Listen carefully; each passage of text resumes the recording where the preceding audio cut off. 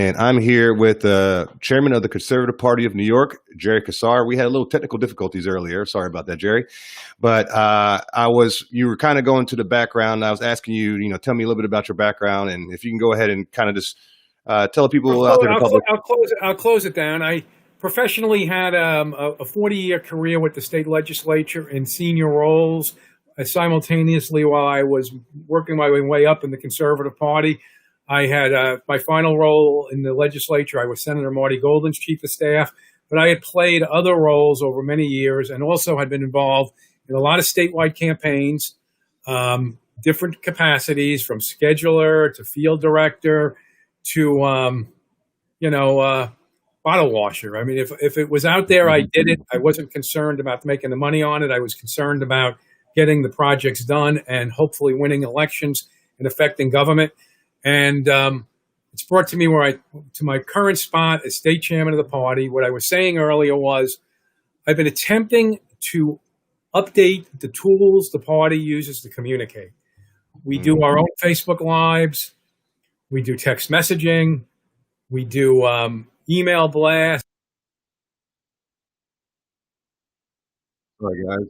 Technical difficulties with YouTube now. So we can keep dropping Jerry out. I know he has sort of a little weak sometimes, and very sensitive software. So we'll have maybe from time to time this little temporary pause. But nothing too serious, no big deal. But yeah, Gerard Kassar, this is what we're here to do. I mean, we're here to bring the conservatives of New York together, and that's what we're gonna do. And it's not about Jerry on it because he's chairman of the New York State Party. And what we do, the CRA, the Conservative Republican Alliance, is we're out, and that's our motto. We're rally for Turn New York Red. And the way to turn New York red is to get patriots like Gary out there to help out, help them get out there and get into the third for the conservative party. Because right now, I feel in New York, and it's general maybe nationwide, but New York mainly, there's an issue we have where we have like a lot of Rhino Republican types, establishment GOP types. And what we got to do is just bring everyday American together and get them to the point where they're comfortable with, getting out there and, maybe even running for politicians. Now, there's a lot of people I know personally here in New York who just everyday Americans who decide to get into politics. So they got Jerry back here. So let's go. If I'm back, all right, Jerry, you're back. Okay. All right. So basically that's the current status. We've been updating the party, doing obviously around conservative principles, but maybe the way we organize our some of our issues and what we emphasize and don't emphasize, that evolves. I'm a big believer in that you don't commit political malpractice by going out and finding a community and making sure you tell them everything they don't want to hear. The final purpose is to win around the honesty of your positions, so people understand what you stand for, but with an additional understanding that you're communicating and can evolve and take in what other people are saying to you. I am hoping to increase the Conservative Party's role in government. You should just be aware that outside the city of New York,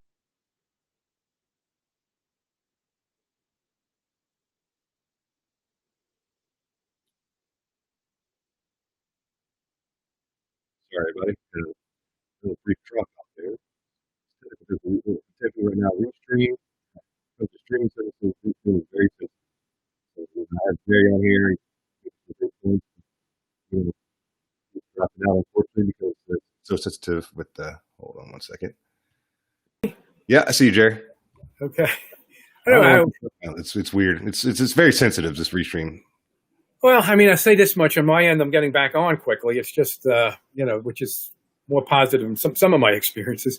But we're looking to have a greater influence on government with our views, but understanding that we are participating in a process where everyone's views matter. But we want to make clear that we're open to everyone's views, but we want to also make sure people understand when they vote for a conservative Republican candidate, what we stand for. And basically that brings me up to date. Okay. All right. That sounds great. And let me ask you, Jerry, what are some of the accomplishments of the New York State Conservative Party, like the ones you really stand out, you feel? Well, I mean, there's early accomplishments, so that there's like a history lesson involved here, but it goes from early to now. I mean, early accomplishments like running Bill Buckley for mayor in 1965, which was part of, he was a famous character, Bill Buckley, and a character at that. And and he's the guy who said, if I win the election, I'm going to look for a recount. Well, that was him running on our line. And he got 500,000 votes in New York City on the conservative line. It could be his brother, Bill Buckley, Jim Buckley, who got elected to the U.S. Senate in 1970 just on the Conservative Party line. It could be registered members of the Conservative Party, members of the party that ran for Congress and got elected to Congress. It could be Surf Maltese, a former state senator, a retired state senator, former state senator, who was the state chairman of the Conservative Party and got elected to the state Senate. It could be Governor Pataki, who got elected in 1994 based on the amount of votes the Conservative Party got, or otherwise he would have lost the election to Cuomo. It could be the many, many years that working with the Republican Party, we kept Republicans in control of the state Senate. And I think this most recent cycle, where we're not in control of the state Senate, you saw all the bad things that could happen, particularly in the area of law enforcement. Could be the 300,000 votes we got President Trump, who was an early supporter of the Conservative Party many, many years ago, and has always remained in a close relationship with the Conservative Party. He was always very comfortable with us. So when I tell people that when we are going out and supporting the president, I'm not like, pulling strings out of the air. We always had a natural fit with President Trump and have always had a close relationship with him. Could be things like that. It could be legislation. And there have been many bills that were in our platform that the legislature adopted, particularly during the Pataki years. And it could be some of the issues we're supporting now that the president, we just recently revised our national affairs platform. And you'd say, well, what happened? I could say to you, one of the reasons we had to revise it from when Trump was first elected, President Trump was first elected, is because many of the things we had in our platform, he did. So you move on. Once it's accomplished, you take your spin and you move on. So I feel like there's been a lot of items, and we've been part of a national conservative movement, I should also say, with the American Conservative Union. Each week I receive a letter from about 50 different conservative organizations that they ask me to sign on to, which is some sort of major conservative plank that they're pushing that week. Could have to do with a U.S. Court of Appeals judge. It could have to do with an economic policy concerning COVID. So we're constantly active in promoting an agenda that is free market, that is personal responsibility, that is support for law enforcement, that's a tough on. Oh, sorry, a little technical difficulties.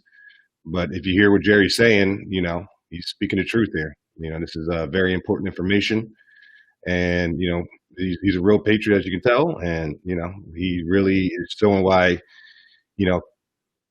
conservatism, I feel, is a new counterculture. And, Jerry is one of the forebearers of the movement. Like, I'm saying, he's coming from somebody, like I said, he said earlier in our conversation that he's been in politics since 75. So he was younger guy then. But hold on 1 second, get Jerry back in here. You see me? Yep, I can see you, Jerry. Yeah, it's a little bit like a tennis match. That was the best volley we had just then. Yeah, it really was. It really was. I think with the U.S. Open, we'd be in good shape. So yeah, doubles game. We had doubles team here. Well, why don't you say something? Maybe it's me. Maybe it doesn't like it. No. I totally respect what you just said, Jerry. And I was just telling people, well, they're a little cut off that I was saying like conservatism's a new counterculture, and I was saying that you're somebody who, like, you told about your background, and you've been in politics since in the 75s when you first got into politics. 77, long enough. All right, 37, a couple of years. And you really were pushing conservatism when it was something that, not too many people, it wasn't like a public thing. Now it's kind of like the cool kids in school were conservative kind of thing now. And when I started getting into conservatism in 2016, it was, similar to, I'm sure, what you dealt with growing up into politics. and it was pretty rough. And now it's like, I think with President Trump, things are starting to open up for conservatism, where it's given people of all walks of life a voice in the conservative movement, because a lot of us are more conservative than we realize. And I think what's going on recently with Trump, we're starting to come together and really get united under the Conservative Party flag. But he falls into the populist side of the conservative movement, which is healthy. I mean, by being a populist conservative, it is his intent not to really tell us what we should be thinking. Well, I think sometimes people think that's not what he's saying. It is what he's saying. He's not looking to be telling us. He's looking to be listening to us, and he's looking to be our point guard, our point person on our philosophy. Many presidents, Ronald Reagan was like this, but many presidents are conservative, but they do not necessarily focus on the agenda regularly. They don't always fall back on it. Ronald Reagan did. Donald Trump does. That's interesting. And like I said, that to me was when it comes to in presidency, the last president on the Republican side who was a really strong candidate was Reagan. And him and Trump, he had a lot of respect for Trump. Ronald Reagan did. I heard they met a couple times, and then and Trump mentions it, and how Reagan said this could possibly be a future president one day, and Trump was more of a businessman at that time, wasn't even thinking politics. So it's just and it's just interesting, the two kept people in history with such charisma. The president called me a few months back concerning the Conservative Party endorsement, and this is your point. During that conversation, he said, "Well, I mean, I heard I did very well on the conservative line." I said, "You did. You got 292,000 votes." He said, "Well, whoever got more? Did anyone ever get more?" I said, "Only one, Ronald Reagan. I think it was 300. At the time, I think it was 330,000 votes." And he said, "Well, that's okay. If I'm doing as well as Ronald Reagan, that's okay with me." So you know what?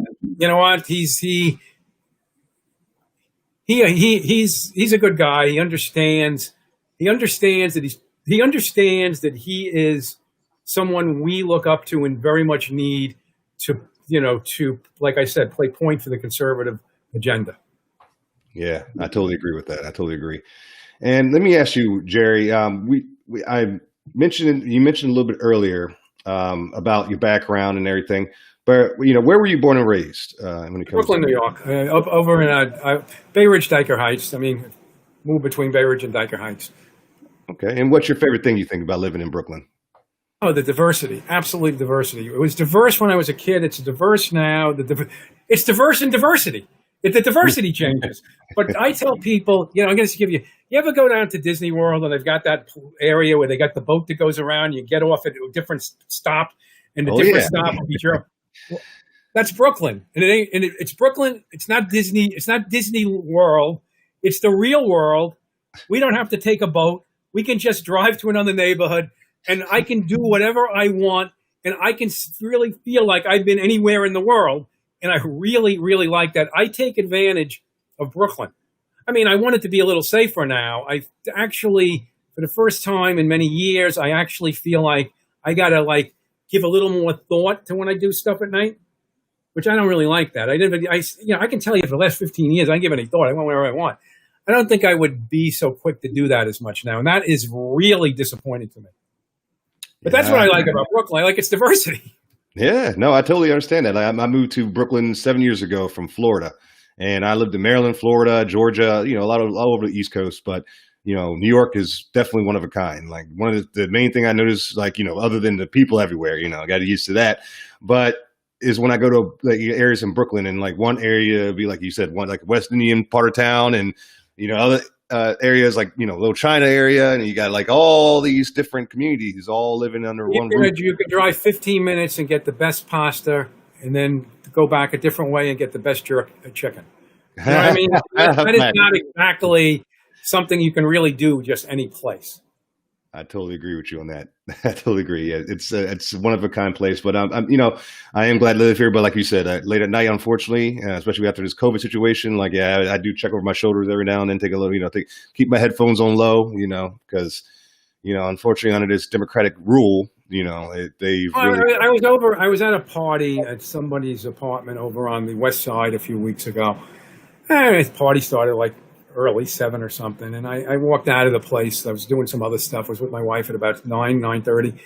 So I walk out of this apartment and I look to my left and look to my right.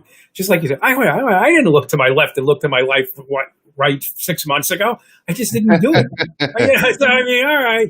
I mean, look, one of the things about, I'm not as much a subway guy now as I used to be. But when I was younger, the only thing I did was the subway. And I never, and I got, just like any city kid, you get used to being, smart about some of this stuff. I didn't become dumb, but eventually I stopped worrying about it. And now you got to be smart again. You got to be that. I got to be, a 61-year-old guy who's looking to be smart about when he walks around, because it isn't smart not to be careful, very careful. And it's not about wearing the mask. It's about hoping that nobody's walking up behind you. Yeah, with the other kind of mask on. Well, that's it. Somebody said to me, "Well, bank robbers, person who walked into with a mask in a bank a few years back, you call them the cops. You walk into a bank now without a mask, they're calling the cops." So, it's a little bit of that's a flip. That's a flip. Yeah, that definitely is a flip. I like that one, Jerry. I'm gonna use that one. It's true though. It's true. Unfortunately, it's true. That makes a good joke a lot of time. A little truth behind it, But let me ask you, Jerry. New York State is terrible when it comes to overspreading. Like Cuomo and de Blasio is making it seem like COVID is the only reason why New York is in debt. Should Congress bail out New York State? And what are your thoughts on Cuomo begging the federal government for money and how the deficit will impact? So the deficit is ballooned from $6 billion to about $14 billion due to COVID. But it was $6 billion for this year, and part of it was due to the state of New York pushing over a certain Medicaid expenses from one year to another, plus a strong desire to continue to add on programs and a further desire to create an environment from taxes through regulations that were driving the more well-to-do out. You didn't have to be a billionaire to be driven out to, say, Florida or up to New Hampshire. You basically had to be just well-to-do. And New York had a lot of well-to-do people, which we were enjoying the benefits of having them here. A lot of them have moved out. Now, as far as the federal government bailing us out is concerned. Oh, sorry. We're going to get back to Jerry's. We'll hop back in there soon. But, what I mentioned to him is, the issue that New York State is dealing with right now with the deficit and the whole thing, how to use COVID to, as almost like a weapon in a way, as a tool. And they politicized it. You guys remember in my earlier videos when I just started doing the walk and talks right when COVID happened in New York, the first thing I always said was faith over fear, no mask, no gloves, because I didn't trust the media at all. The media is already running with the story. And that's, hold on, we got Jerry back. Email during this more than most people do. But, so what I was going to say was the bailout's an irresponsible action. The state's books were out of order to begin with. There has been already a lot of federal money that's come in, by the way, concerning COVID. And I'm not suggesting that there might not be room for compromise and conversation. But what I'm saying is the governor going in to beg, which he really is doing, begging, knowing that we had a $6 billion deficit to begin with, and the state has received the dollars, and conducting policies that keep the suppression of businesses in the state, whether it be restaurants or manufacturers, they essentially are handcuffing the people also to stay in their homes more than they might want to, which, spreads money around, does things like that. Now, there's a lot of basic inefficiencies that the state of New York and the city of New York are not dealing with, so that you could have a conversation with the federal government that bears fruit. Oh, yeah. That's very good points. Very good points.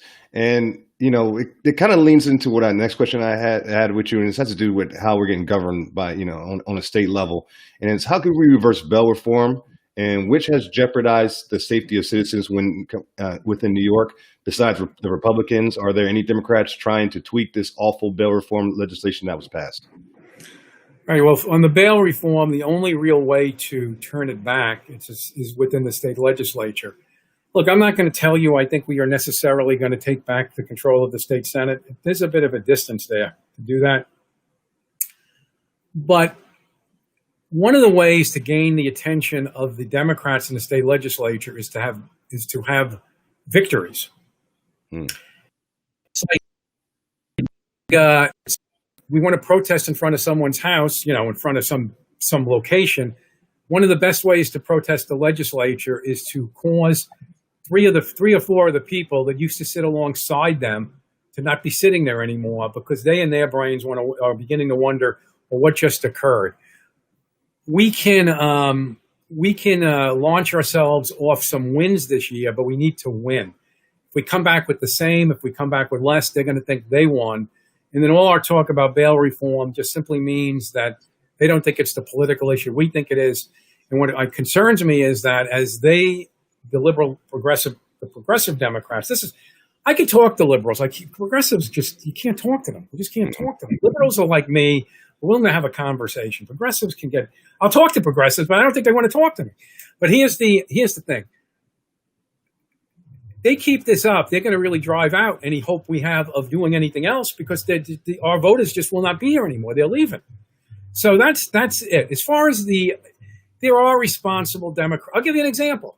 I'll give you Simca Eichelstein, who sits in Borough Park, a conservative Democrat. Simca Eichelstein is somebody that opposes a lot of this bail reform.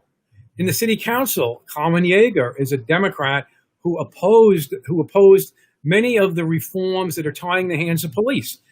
But there aren't enough of them. Where I could say to you, when I started in politics, I would suggest to you, it could be as many as a quarter of the Democratic elected officials in the state you could have these sorts of conversations with. I don't think it's 5% right now. So, maybe, some people will say what we need to do is have more people registered Democratic because we can influence their primaries more. But there's just too many of the progressives in New York City embedded in the Democratic Party. We don't have the type of numbers to you might say, dissect our own numbers, saying, well, to 20% here, 60%. I mean, we have to all be together. And for me, I think that togetherness is the Republican and conservative parties linking together, as much as humanly possible to win elections on these issues.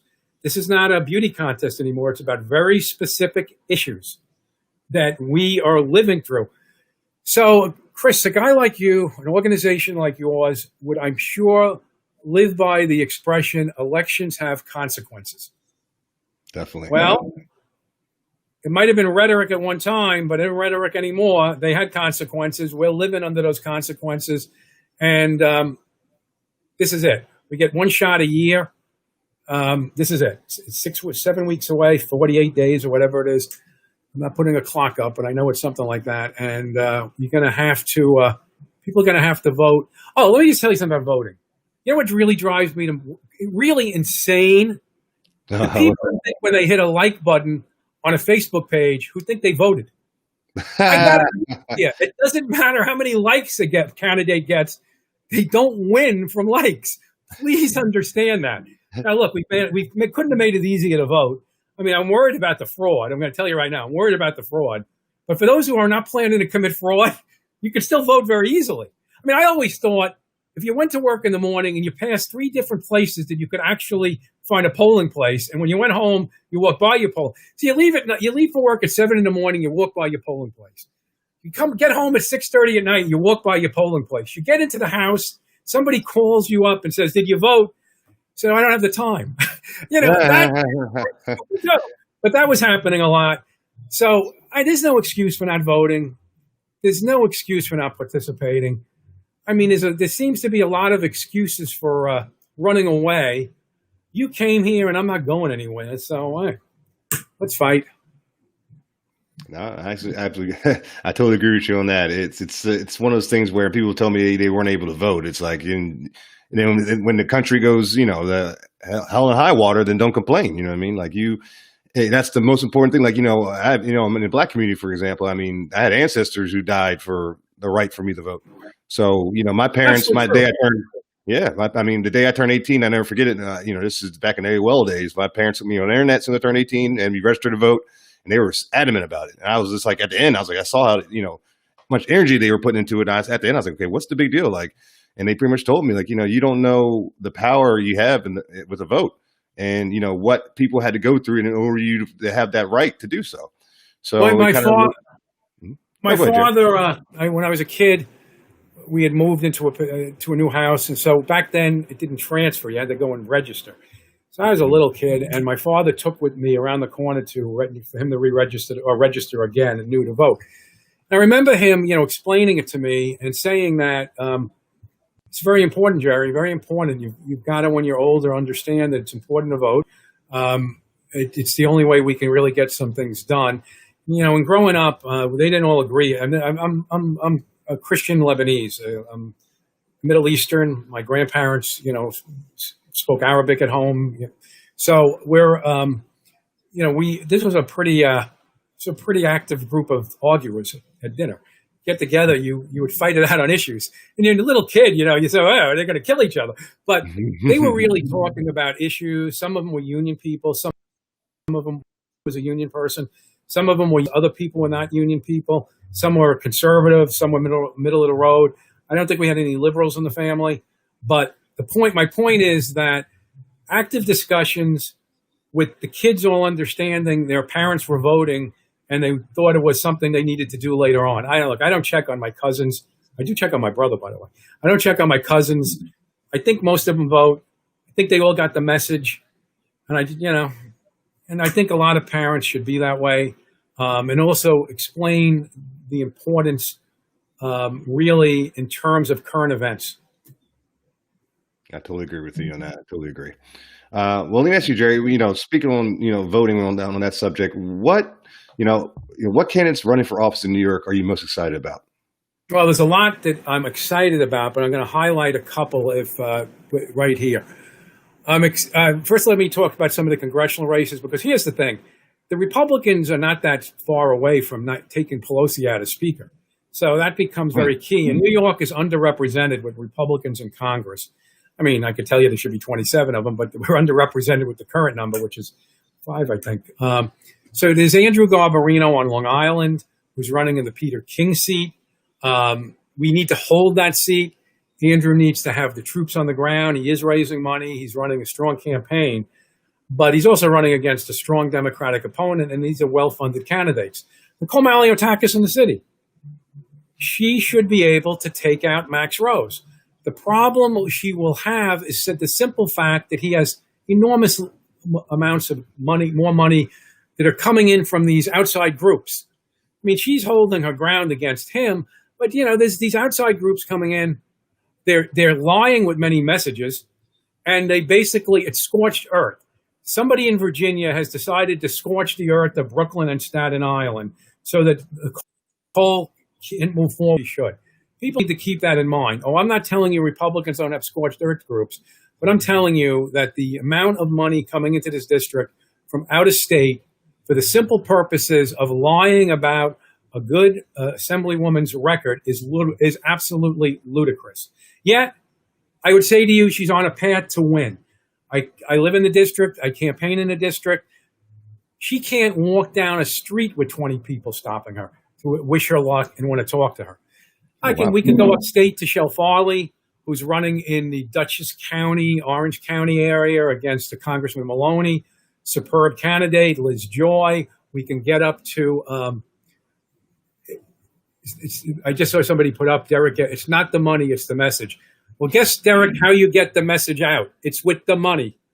I could stand on the corner, I could stand on the corner and explain the message, but unless I have the money to send the message, and congressional campaigns run about 5 million, no one's going to hear me. Congressional races, 750,000 people live in a congressional seat in New York State currently. There are too many, I couldn't do it. It wouldn't be possible without the money. So, Derek, I appreciate your comment. It says Derek Gibson, governor for New York. So I guess he has no money, but he's running for governor. But I appreciate what you're saying. But trust me, the message goes nowhere without the money, and you go nowhere when I have dinner, if you didn't buy the food. All right? So but moving on, Liz Joy in the Capital Region, credible candidate. And I'm telling you, Claudia Tenney up in the Utica Binghamton district is taking back that district. So we're hopeful that we make 2 or 3 gains there. There are outstanding. I'm excited about the candidates that are being run for state senate in Suffolk and Nassau counties, and I'm excited in Bay Ridge, Bensonhurst, Marine Park, this area of this guy Vito Bruno, candidate who's running against Andrew Gennardis, who has been an absolute disaster. He is asleep at the switch. Andrew Gennardis was one of the most active campaigners for Bill de Blasio when he ran in 1997. He was an officer of a Democratic club for as long as they could, the Bay Ridge Democrats, who took complete credit for Bill becoming the mayor. They took credit and they tried to take jobs. They didn't get all the jobs they wanted, but now they don't talk about it. They don't talk about Bill at all. Councilman Justin Brannan, who was the architect of helping Bill de Blasio become mayor, when he ran for city council, he actually ran away from Bill de Blasio because he knew Nicole Maliotakis, who was running for mayor at that time, 4 years ago, or 3 years ago, actually, that she was going to wipe Bill's backside in the this is a family show, isn't it? But in the Bay Ridge Bensonhurst district, of which she did, and John Quaglione, the Republican candidate, lost by like 600 votes. So close, but no cigar, unfortunately. So I'm excited about that. I can tell you there are other excellent state Senate candidates, like Rob Astorino. Rob Astorino was running for the state Senate, the former Westchester County executive, and he's a candidate that I absolutely believe is going to get elected to state Senate. Northern Westchester, Putnam, Southern Dutchess, and then you go farther up. But my point is that, if in terms of crops of candidates, there was a lot of application made by myself, Nick Langworthy, the Republican state chairman, and it was effective. And we have a lot of good candidates running. They are underfunded. The purpose of me being on here is not to say to you to give them money, but I want to just tell you that's the problem. They are underfunded. Good candidates that are underfunded. So. Okay, no, that's very true. I hear what you're saying. And when it comes to what's going on with the campaigning right now, and with in politics in general, when it comes on the federal and the state level, what counties in New York do you have a chance of turning red on November 3rd? Do you think? So here's an interesting thing. From the presidential campaign perspective, every county in the state will be red, except I'm gonna just predict 4 of the 5 counties in New York City will not be red. Staten Island will be. I mean, I don't think that's the name. Wild guess, I guess, huh? You're going to have close red to blue in Ulster. You're going to have close red to blue in Erie. You're going to have close red to blue in Monroe. The county that Ithaca's in, which is escaping me right now, that will be blue. And then Albany County could be blue. But these are the president will outside the city of New York as a whole, and with Staten Island considered within the city of New York, the president will win the majority of the vote in the state. In Staten Island, he will win, but those other 4 counties in the city are pretty tough, and those are big margins. The big margins that Biden will get. I will tell you this. Biden is not Hillary Clinton in New York, and as much as we rightfully thought Hillary was an awful candidate who would make an inept president, she was, for a lot of years a New Yorker, a U.S. senator. So, he was dealing with having to battle her in New York. He's a New Yorker too, but it was a New Yorker versus a New Yorker.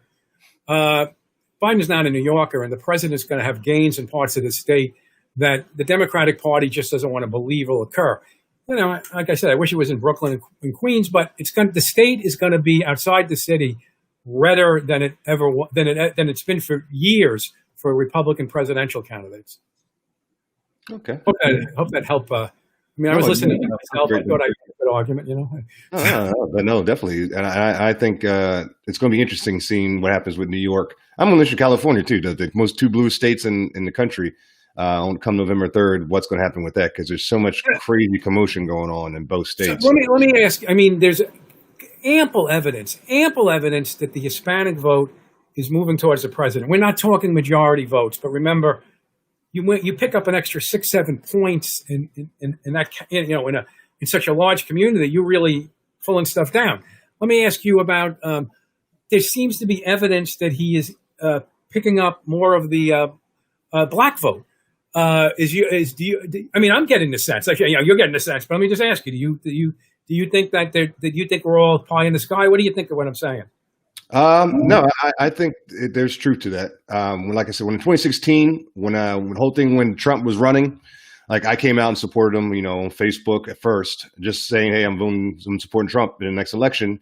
Family and friends came after me, childhood friends, family members, everybody just attacked me in a way. And, it was hectic. And I had to like tear down so many walls just for people to hear what I had to say. Then when Trump won, that was like tearing down a whole new set of walls. And, when we got through all that, when Trump started governing and a lot of his campaign promises he kept, and people were looking like, hold on, this guy's not as bad as we were being told. Matter of fact, he's benefiting us in the black community, the Hispanic community in different ways.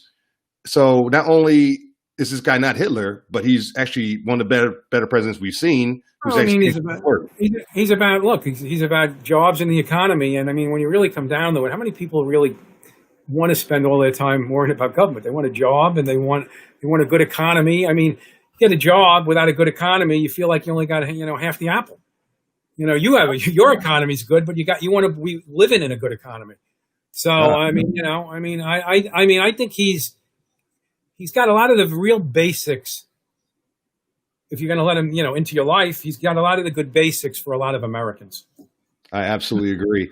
And, and what I think is happening too is you're seeing like a slow kind of wake up in a way in the minority community, because a lot like my father, for example, he's Army Major veteran, Christian, never did drugs, drink, alcohol, nothing, straight edge as you can get, traditional family unit, all that good stuff. He's as conservative person you ever meet, but he votes Democrat. And so when Trump got elected, me and him got in this very heated argument, like just where my sister, just had to split us up. And, when I talk politics with him now, if I just start off with Trump this, Trump that, he's going to go in like combative mode. So what I do when I talk politics with him, I talk like, hey, Dad, what do you think about late-term abortion? And he's like, what do you mean? And he's like, oh, in the third trimester, they're able to abort a baby. And, they even have postmortem abortion when the baby's being born. If they can still abort the baby, but they only ask the mother. They don't even ask the father. And he was just like, what in the world are you talking about? Like, of course, I don't agree with that. None of that. That's crazy. I'm like, well, when you vote Democrat, that's what you're voting for. That's what it just passed in New York. And then when they passed it, they did a standing ovation in Albany at the Capitol building, and they lit the Freedom Tower pink. And he's just like, what? And he's just totally blown away. And I said, I know you, Dad, you don't support this. You're not about this. When you vote, I know you're not voting for this crazy stuff, but you got to understand, this is where the party's heading.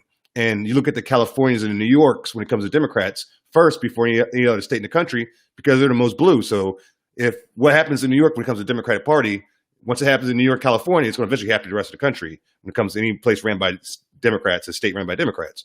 So I'm like, this is what's happening. And so when I talk to him now and I come from that angle, we have longer, deeper conversations.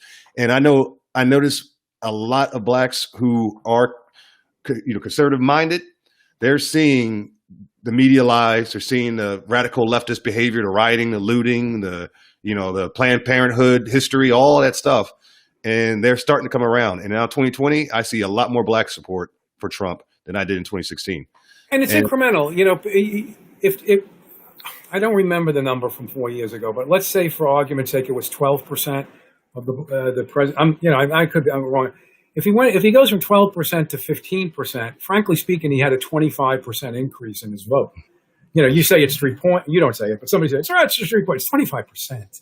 And I mean, that's real. That's real. Look, I mean, realistically, to somebody go from 12% to 30%, there would have had to been something really shocking happen out there. But and frankly, a lot of shocking things have happened out there this year. And a lot of it's on, law enforcement and crime. No one benefits from the streets that we are being forced in major cities to live in. And it's not just New York, it's Rochester, it's Minneapolis, it's St. Louis, it's New Orleans, it's Atlanta, Chicago for sure. We're beginning to really understand how incredibly inept some of these mayors are. Actually, a lot of these mayors are incredibly inept. I mean, we see the situation in Los Angeles where the way they turn, we saw that recently with the sheriff deputies, but we also see that one of their strategies there is to run away from a lot of stuff. I'm not talking about with that sheriff's department, but with the mayor there, they try to move away from things as opposed to addressing them. That has to scare people that basically just want their government to keep the wolf from the door. The wolf from the door could be the tax collector. The wolf from the door could be some sort of protester. The wolf from the door could be the 21-year-old who thinks they're a black male that's been living in East New York. So they decided to go out into Park Slope and tell the world how they know how everyone else is living, and they want to make sure you change your ways to help that person. And you know what? Like I said, as a 61-year-old person who was born and raised in New York, he had nowhere to go and still maybe a little bit now, but doesn't spend a lot of time worrying about it. I find that to be such a joke. Such a joke. Wow. Yeah. I totally agree with you on that. Like I said, I've done events, like rallies and stuff like that for the CRA, and groups like Black Lives Matter shows up, and there's no black people, and I'm like, well, okay. It could be a rich girl from Connecticut. We learned the other day. Yeah. So I mean, that's her gig. I hope when she got back and her family ran into her, they actually said something. But I have no idea. No idea. No, and it's really crazy how the left that governs in certain states, especially here in New York. But speaking about how the left handle situations, how do you think the thoughts on the COVID response from Cuomo and De Blasio, how they handled that here in New York?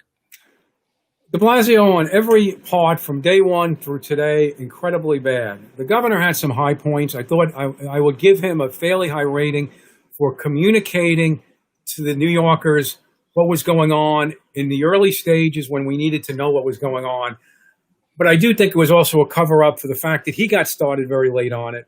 And his recent stories are showing he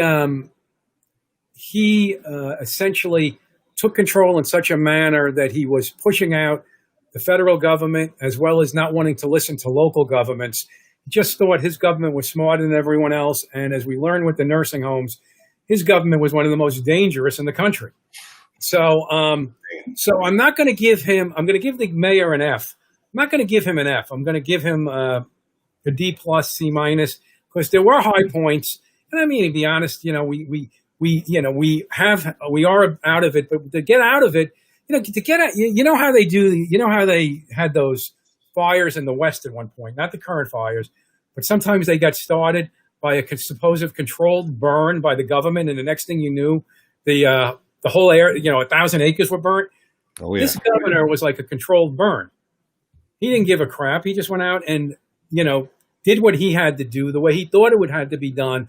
And as it began to burn the house down around him in those nursing homes, and our economy collapsed, and our economy has collapsed in New York worse than in other places, he just let the fire burn. So him, a D plus, C minus. The mayor is completely incompetent. It's scary. It's absolutely scary.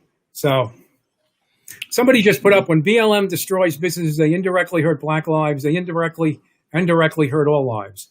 That's the bottom line. Anything that destroys businesses, mom and pop shops, makes it impossible. You got a COVID, so you can't. You got a COVID, so you're restricted, and then you've got rioters, so you're destroyed. I mean, what's that? That's more than one punch. So, yeah, it is. It's pure hypocrisy, I've been hearing Black Lives Matter for the past, since 2015, just, every single day. And whenever you put a mic in front of these radical leftist faces, they had nothing to say. They just said, oh, white people are racist. White people are, they're out to hunting us, and they're just playing victim. But it's like, okay, how are we going to resolve this? Where do we go from here? What's the first step we take to resolve the situation? But the thing is, like the Al Sharptons and Jesse Jacksons of the world, they don't want to resolve anything. They just want to cause a race war, cause a back and forth between the races, because that's their hustle, that's their business. There's money. It does appear that Al Sharpton may be beginning to think that some of what's occurring is bad for business. I mean, he was pretty clear that he thought that there was not enough support for the police recently. I'm not going to change my view of his politics. But look, mothers who can't walk their 5-year-olds to school, fathers who can't, come home from work more than get to work in the evening, come home. That's bad for everybody. No, I totally agree. And it's communities like where I live, Bay Ridge, Dicot, are becoming far more dangerous. But if you're jumping off a plateau here where you went from somewhat, not so dangerous to now dangerous, imagine if you're living in some of the communities that were dangerous to begin with, and now you're jumping off literally into a cesspool of crime. That's real scary. No, I totally agree with you. And it's fun. It's funny too. It's the whole thing with this BLM movement. I recently did a rally in front of the Trump Tower, in front of Black Lives Matter graffiti, I call it, that de Blasio helped paint. And what I noticed was, when I did at first I tried to get a permit, and they said, de Blasio says you can't get a permit until like late September, unless it's Black Lives Matter related. So, but the cop pretty much told me, just, between me and you, just go ahead and do it. Just keep it peaceful and you'll be all right. So I went ahead and did the rally, but I even said, all right, I want to turn New York Red rally, but I'm also going to speak on Black Lives Matter. And I said, okay, let's talk about Black Lives Matter. I'll play your game, Black Lives Matter. How about all Black Lives Matter? How about that? And I'm like, how about the Black lives that have been lost in the name of Black Lives Matter? There have been over 30 Blacks killed in the past 5 months at Black Lives Matter events. And that includes Black police officers, Black Lives Matter supporters, David Dorn, for example, a Black retired police officer who was out defending his Black friend's small business, who got killed on Facebook Live and recorded and laughed and mocked, and it's like, this guy was a grandfather, man. This guy was a veteran. This guy was a patriot. And so it's like, so I'm looking at Black Lives Matter now. So what is your whole goal now? Since you got Black Lives Matter out there, now you're saying Black Lives Matter, you're killing Blacks. Are you really just using that term, like Antifa uses the term Antifa as anti-fascist, and you give it a term of innocence, and then you do something that's illegal or commit a crime? Is that how it works? So it's like, that's what I think that the left does, is they label themselves something that is positive and do something negative with that positive labeling, or they point fingers and label somebody something negative, and whatever they're labeling that negative person with, they're doing behind closed doors. So it's just, and this is not, of course, this is not just isolated to what we've just been discussing. All sorts of groups tend to look for those that don't agree with them and just try to take them out. It doesn't matter if they look like you. It doesn't matter if they sound like you. It's just, you don't agree. They try to take you out. And this is the course of history. But the problem I find now is that when it seems to happen now, there almost is like what is it called? The Stockholm syndrome. It's almost like the concept of Black Lives Matter or Antifa is like a Stockholm syndrome with some people that captures them, and they begin to sound like those that they were captured by, simply because they don't spend the time trying to think through what they are listening to and know that it's not in their best interest to necessarily agree. There are many things that are occurring that have a certain logic to them. There are injustices out there for all different people. These injustices need to be addressed and corrected. But you never have the time to really focus on what you can do when you're spending all your time just trying to work the edges. And I feel that I would want to support different changes here and there if it didn't mean that I would then somehow have to agree with all sorts of things that I find completely disagreeable. It's just difficult. It's very difficult, and we're all labeled as like being on one side of something. Yeah, it's just ridiculous. Totally ridiculous. No, it is. But I think slowly but surely, a lot of people are seeing the bigger picture. They're waking up. Thank goodness. I think so.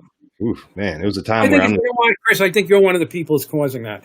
I think that as you conduct these interviews, you find you find people to talk to. Classify me as a good person, but you find people to talk to. I think that you're playing a role in causing this a break of what I'm calling the Stockholm syndrome of protest. Yeah, Yeah, no, I agree. And I like that example of Stockholm syndrome of protest, because that's what we're witnessing right now. I've been to, on my YouTube channel, I go out to events for, mostly conservative related events, but I show both sides. I go to leftist events as well from time to time.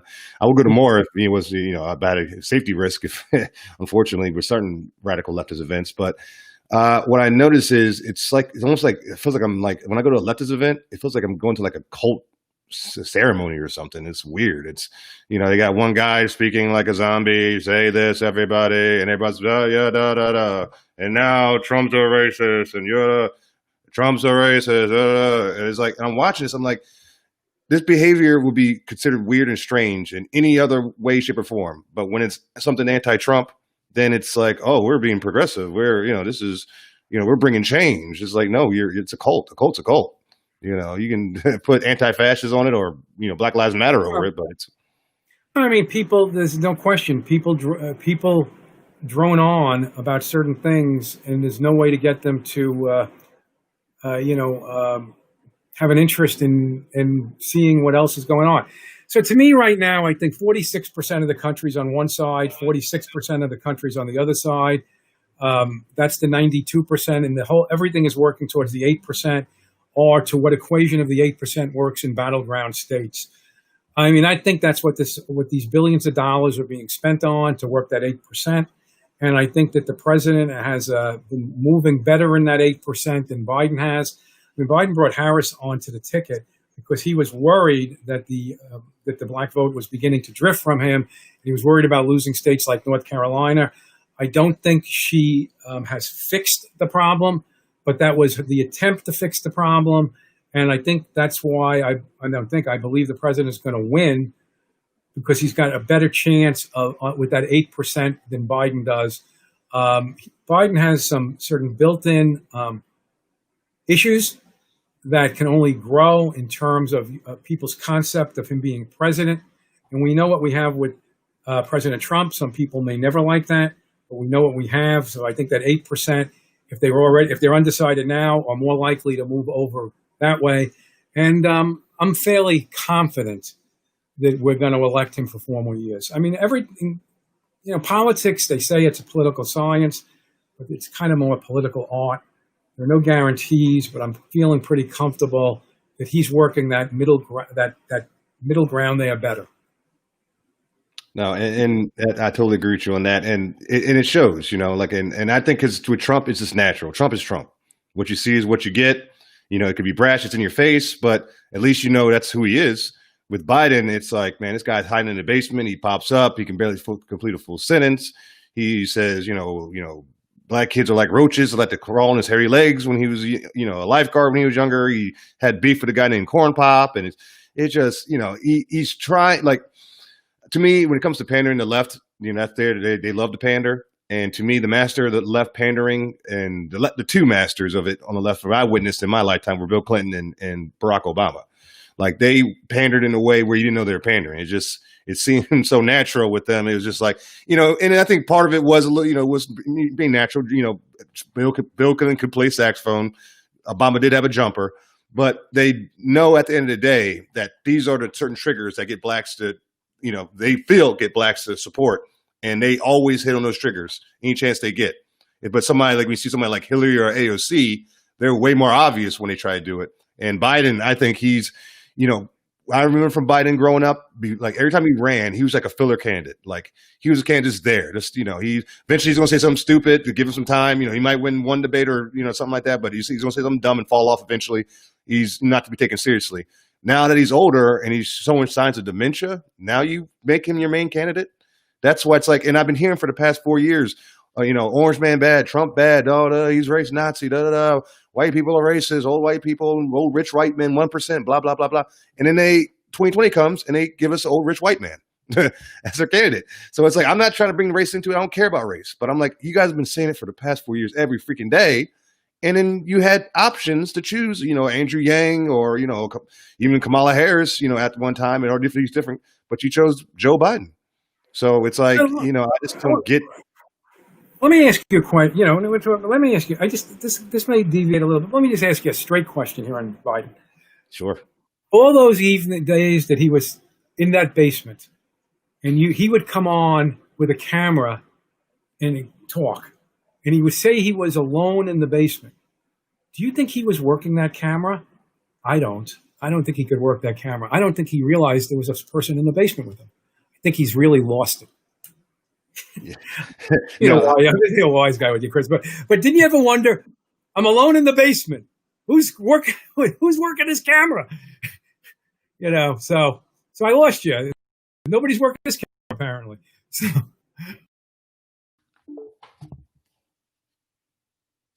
I see you. You see me? No, sorry about that, Jerry. That was me that time. That was me. That was me. So yeah, we like I say we're doubles. I had I flip up a little bit on that one.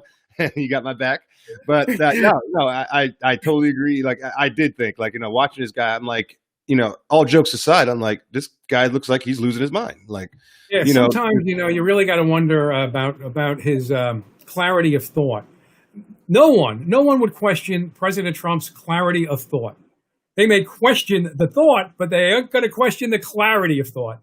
Exactly. They question the clarity of thought. So, yeah, he really does. And he's made so many big mistakes on live TV where it's like even the people interviewing were like, where do we go from here? Like, and these are leftist interviews. Like if Trump went to like a right-wing conservative news outlet and did an interview and, he would go all off and people will love it. It'll be, oh, that was the greatest thing. It wouldn't be no bias. It wouldn't be nobody trying to manipulate or switch words around but when Biden gets in front of it, the media loves, the left, most of it, it's the media is mostly controlled by the left, the mainstream media.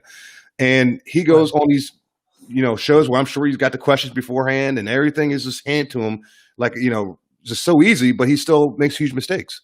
So it's just like, it'll be interesting. I mean, obviously, being in the Federal Election Commission Public Finance Program, you're required to do X amount of debates. Those debates are going to happen. They're being scheduled. I mean, some of the format issues, certain things are up in the air. But we will have an opportunity to see these two gentlemen. And, you're running for president. As far as I'm concerned, you're a gentleman, even if I disagree with you. You will have those two going back and forth at each other, and that should be very entertaining, frankly. Be very informative, but it's going to also be very entertaining, formative and entertaining. And I'm very much looking forward to these debates. Oh, me too. These are going to be the best debates in a very long time. I think they're going to break records too when it comes to viewership. It's going to be insane. Chris, I'm going to have to kind of say goodbye. I've got one more thing to do this evening. And if that's okay with you. No, that's totally fine. Our shows usually go around 45 minutes long, so it's it's around about the time. I just had one more question to ask, and absolutely. And it's from my friend Dylan Roth. I mentioned him earlier. He's the one who helped me with the 9/11 videos with the editing and the video footage and getting it out there. He's a real patriot, great at editing and video footage. And let me ask a question. Yes, he is. What would be a good way for us to reach out more to middle of the road people to vote Republican or conservative? For instance, centrists, independents, or libertarians who are concerned about the safety of our city. People need to see that Democrats have no interest in law and order, and that's troubling for people on both sides. More people are leaving the Democratic Party for the same reason now. So it's the reordering of how you present positions. It goes to the earlier point I made that we probably have in our toolbox all the issues we need with the positions that most Americans want to hear. And we're not making them up. We're not trying to pander or triangulate is really what they used to say. We're not looking to pander. We're looking, though, to talk to people about what are concerns presently. Law and order strikes me as something that everyone wants to talk about. The economy is something everybody wants to talk about. Everybody wants to talk about. And we have something to say about which would appeal to, it's going to appeal to centralists. I mean, sometimes libertarians will not buy every argument. Libertarians sometimes can be feeling that law enforcement can be a little overwhelming to them, but at the same time, dangerous streets can be equally overwhelming. So you have to enter that conversation, a little more sensitive. But it's the reordering of the presentation of the issues that we already have the right positions on. We have nothing new to create. We have to talk about what we already know. I absolutely agree with that. Very good. Thank you. Thanks for answering that as a question, Jerry. That was a very, very detailed answer there. Well, I know you got a busy schedule ahead of you, so you got One things. more thing. That's it. Okay. So no, one more thing. I got to get this somewhere at 9:00, and otherwise we're good. Okay. Thank you. Yeah, definitely. Hey, thank you. Anytime you'd like to have me on, I appreciated this opportunity greatly. Thank you. No, thank you. Oh, by the way, it's NYC. If you want, you can go online, conservativeparty.org. Just go to NewYorkConservativeParty.org, and you will find us. And we have a very detailed list of issues, the platforms, ways, stuff that we put up on our own YouTube, conferences that we've done. We're not as busy as I'd like to be from that perspective because of COVID, but we are a busy little political party, and we love to have support, whether it be through enrollment, the voting box, or just people believing that we are a good alternative to for voters who might be disenchanted Democrats or or independent voters, like your friend had raised that question. So thank you very much. All right. Thank you. All right. CPNYS.org. CPNYS.org is a simpler way to get it. CPNYS.org. Thank you. CPNYS.org, everybody. Yep. So go check it. Go check them out. Go show some support. This is a real patriot here. Good Gerard Kassar. I appreciate you taking time out today to speak with us and speak to the listeners in the CRA and all the patriots out there who decide to listen. And you got a great message. And I look forward to hopefully doing another interview with you in the near future. Good. Thank you very much. Bye. All right, Jerry. Take it easy. Bye.